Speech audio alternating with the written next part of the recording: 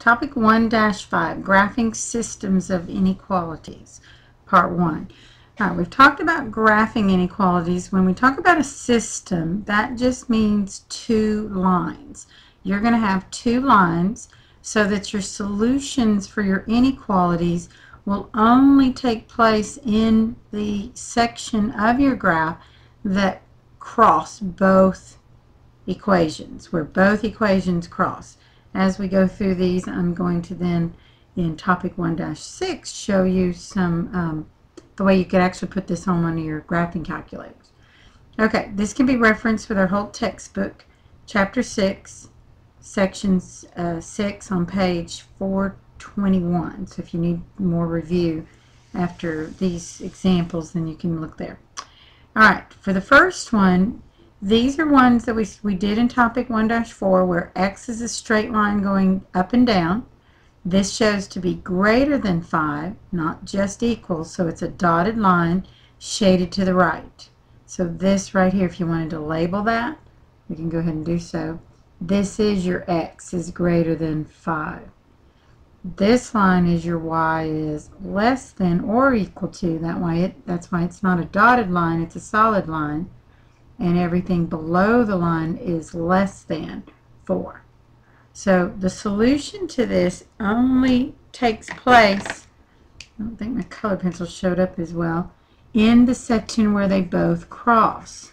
So if on your paper you want to highlight with even darker, even colored pencils, either one, this is the only section that after shading down and after shading across, that both suffices for a system that all points would have to be in where both of these are. So it's the double shaded area. The solution would have to be in the double shaded area. All right, so to make it true, those are the only points that could be used. For number 2, notice they started at, and it's kind of messy looking, but they started at 3 right here. That's my B. Again, if we need to remember that. These are already written in y-intercept form, which is nice. This is where you start on the B. The y-axis is where we start at the end of the linear equation where the constant is. So this is your 3. You walk up 2 over 1. Any solid number is always, a whole number I mean, is going to always be over 1.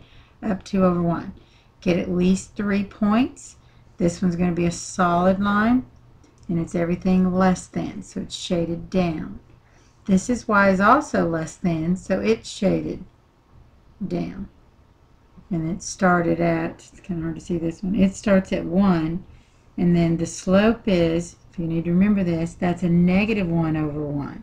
So from this positive 1, I went down 1 over positive 1, down 1 over positive 1. That's where you see all these little dots.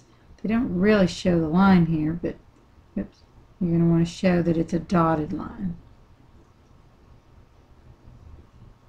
And then this shading is also down. So shade from here, shade from here. The only section that both of them would, answers to this solution would be in the section that both of them crossed.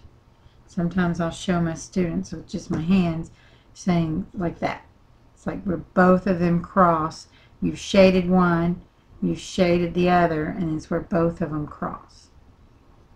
Okay, let's look at another example. Go. Just show one at a time.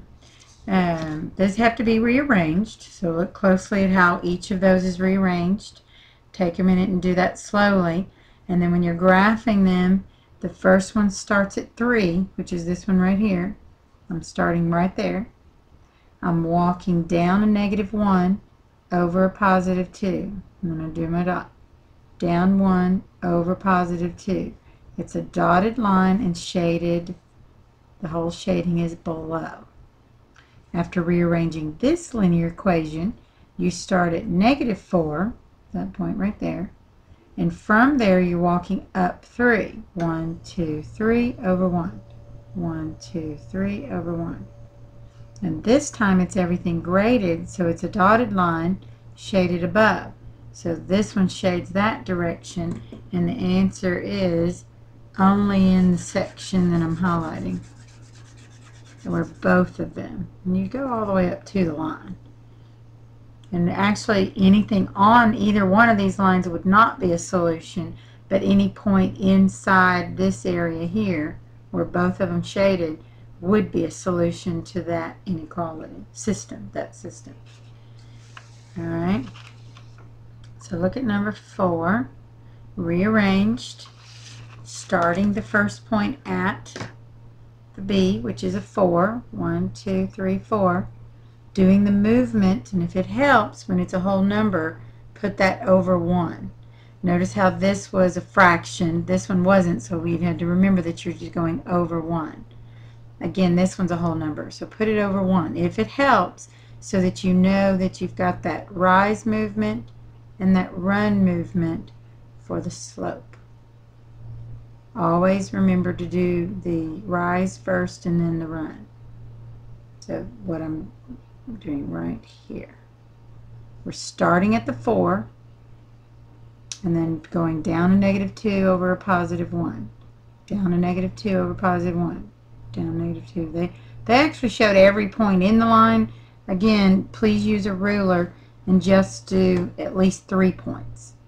This one is greater than or equal to, so it's a solid line. Oh, I'm sorry, it's this one. Solid line, and shaded everything above. The other one is also a solid line and shaded everything above.